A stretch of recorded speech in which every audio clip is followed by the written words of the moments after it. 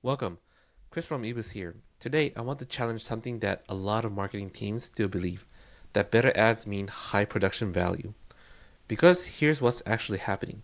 The brands spending the most on polished creatives are getting outperformed by brands moving faster with simpler content. I'm going to break down three things: why high production ads are losing their edge on today's platforms, why authentic and UGC content is crushing polished campaigns, and how to build a creative velocity engine that actually scales. First, let's start with the uncomfortable reality. The hero ad is dead. For years, the playbook was simple: invest in a few big, beautiful ads, launch them, let them run for months. That worked when platforms distributed ads predictably, but today's AI-driven algorithms have completely changed the game. On Meta, for example, a winning ad now fatigues in 5 to 7 days for cold traffic. On TikTok, 7 to 10 days for native content. Nielsen found that ads lose impact 35% sooner in algorithm-driven campaigns. And here's the kicker: Meta's new Andromeda algorithm can handle 10,000 times more ad variants in parallel. Wow, the platform is literally built to reward creative diversity. When you hand it three polished ads, it burns through them fast and your cost goes up. The data backs this up. Brands that increased their creative velocity from 0.8 to 2.0 saw customer acquisition costs drop 20 to 35%. Same speed, more creative, better results. Now here's a part that's hard for a lot of marketers to hear. The content that performs best often doesn't look produced at all. The UGC videos ads get 30% higher watch-through rates than polished brand ads. They generate 4 times higher click-through rates, and ads featuring UGC see a 50% drop in cost per click. They are not small numbers. Why? Because 90% of consumers trust UGC more than traditional advertising.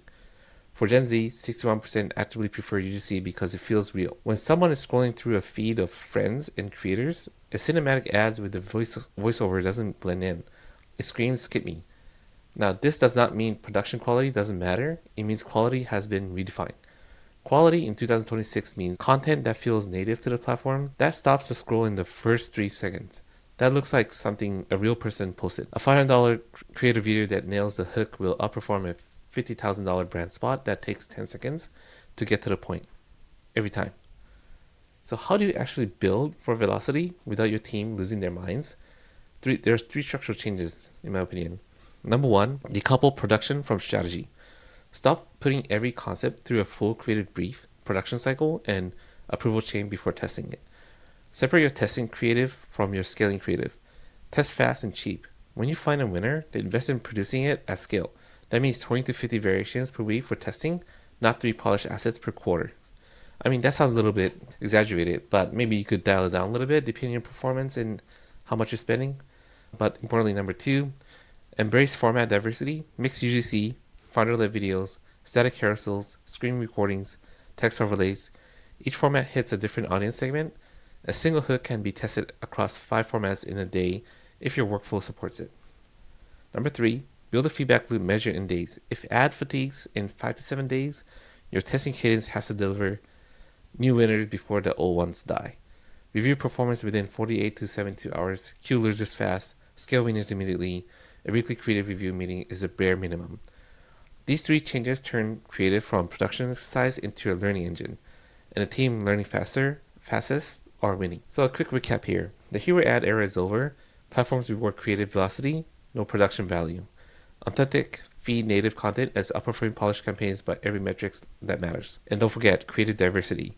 You definitely want your creatives to be reaching different formats and also different parts of the funnel. So you definitely want the creative diversity so that the meta's entity ID is very different. And the fix is structural, right? Decouple production for testing, diversify your formats, and build a feedback loop that moves in days, not weeks. So if you really found this helpful, hit subscribe and visit us at eboostconsulting.com. Thank you guys. See you again.